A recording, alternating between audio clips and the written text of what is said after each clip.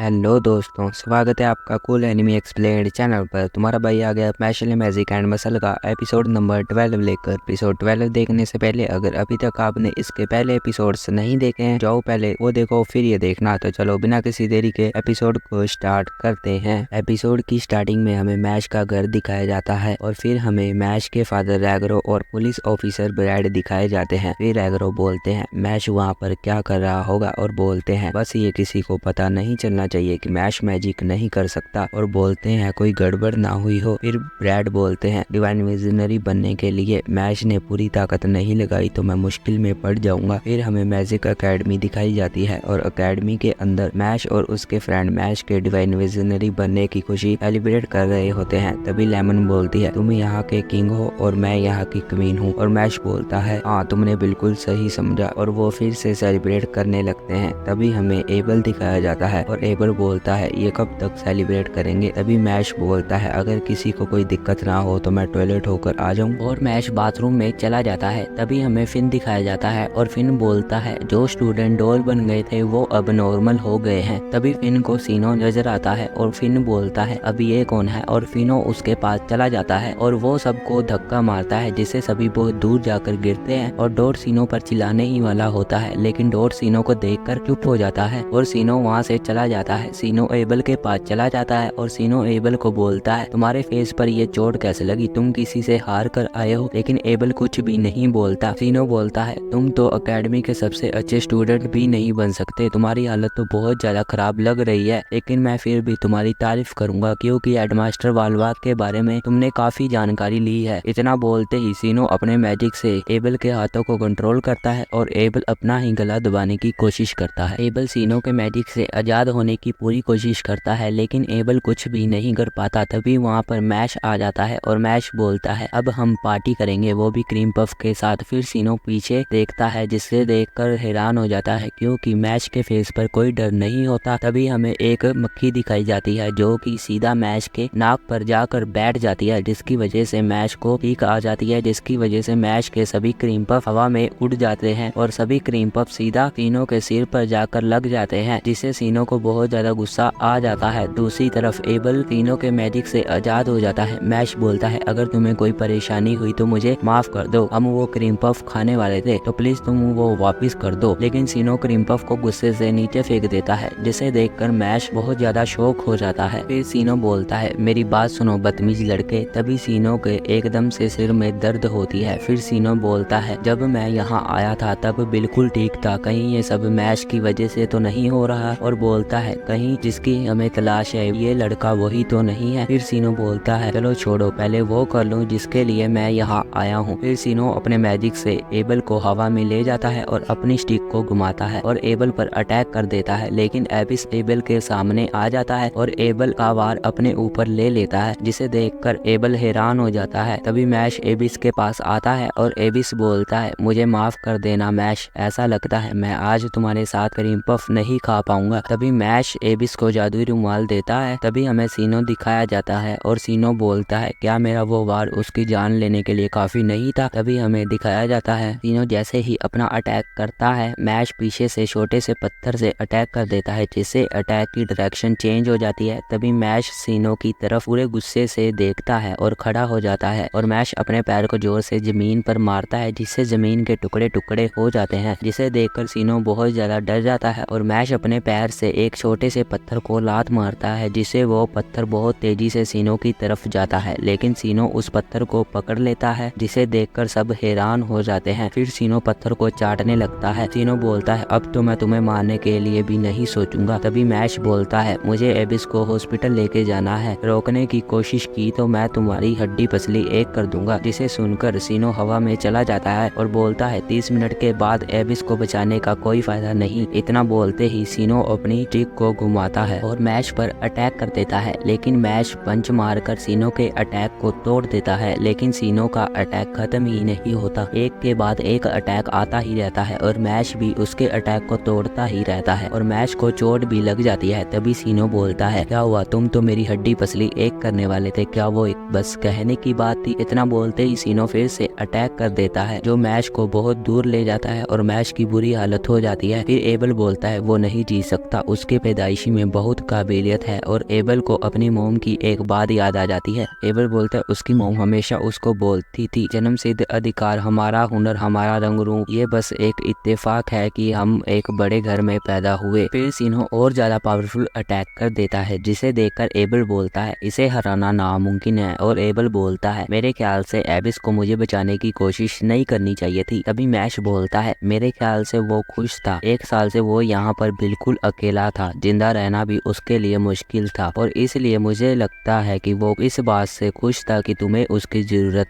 पड़ी। सोचो उसकी जगह पर तुम होते तो तुम कैसे होते, और इसलिए मैं उसे जरूर बचाऊंगा। जिसे सुनकर एबल को फिर से अपने मोम की एक बात याद आ जाती है और उसकी मोम बोलती है एक बात याद रखना, ये बस इत्तेफाक है, हम एक बड़े घर में पैदा हुए, हमारा हुनर, हमारा अधिकार, हमारा रंग, सब कुछ इत्तेफाक है। इसलिए एबल तुम बस ये सोचो दूसरा जिस जगह पर है तुम उस जगह पर होते तो तुम क्या करते। फिर सिन्हो बोलता है अब तो तुम हार मान ही लो। इतना बोलते ही सिन्हो फिर से अपना अटैक कर देता है और वो अटैक इस बार बहुत ज्यादा तेज होता है, लेकिन मैश उसका भी मुकाबला करता है। अभी एबिस एबल को वहाँ से भागने के लिए बोलता है, जिसे सुनकर एबल को फिर से अपनी मोम की एक बात याद आ जाती है। दूसरी तरफ मैश सिन्हो के अटैक रोक रहा होता है। अभी हमें डॉट दिखाया जाता है और डॉट बोलता है अगर मैं इन दोनों की फाइट में चला गया तो ये दोनों खतरे में पड़ जाएंगे। तभी सिन्हो अपने मैजिक की पावर और ज्यादा बढ़ा लेता है और मैश पर अटैक कर देता है। तभी बहुत बड़े बड़े पत्थर मैश की तरफ आ रहे होते हैं, लेकिन 2 बड़े बड़े हाथ उस पत्थर को रोक लेते हैं, जिसे देखकर सिन्हो हैरान हो जाता है। और वो हाथ पपिट के होते हैं जिसे एबल ने क्रिएट किया था, और एबल के पपिट सिन्हो पर अटैक कर देते हैं। सिन्हो भी अपना मैजिक मंत्र बोलता है और पपिट पर अटैक कर देता है और पपिट के टुकड़े टुकड़े हो जाते हैं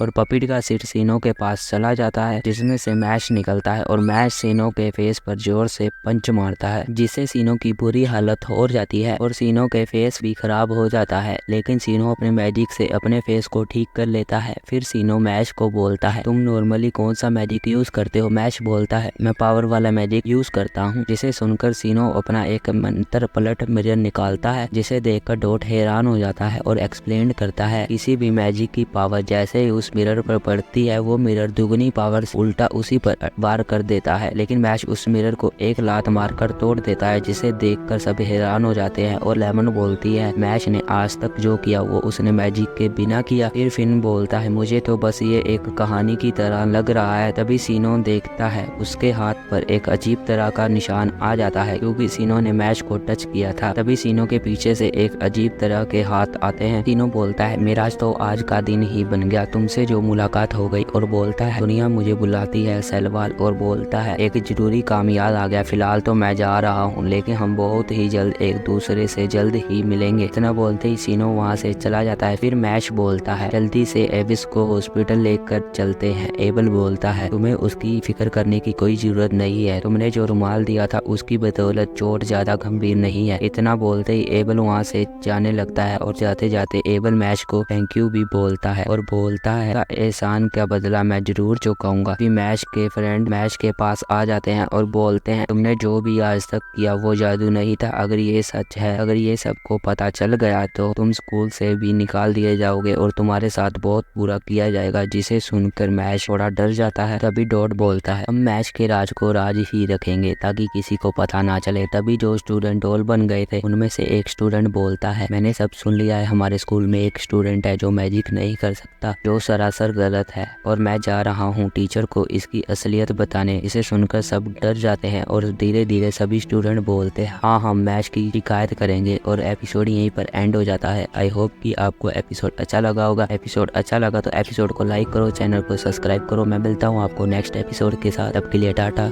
बाय बाय।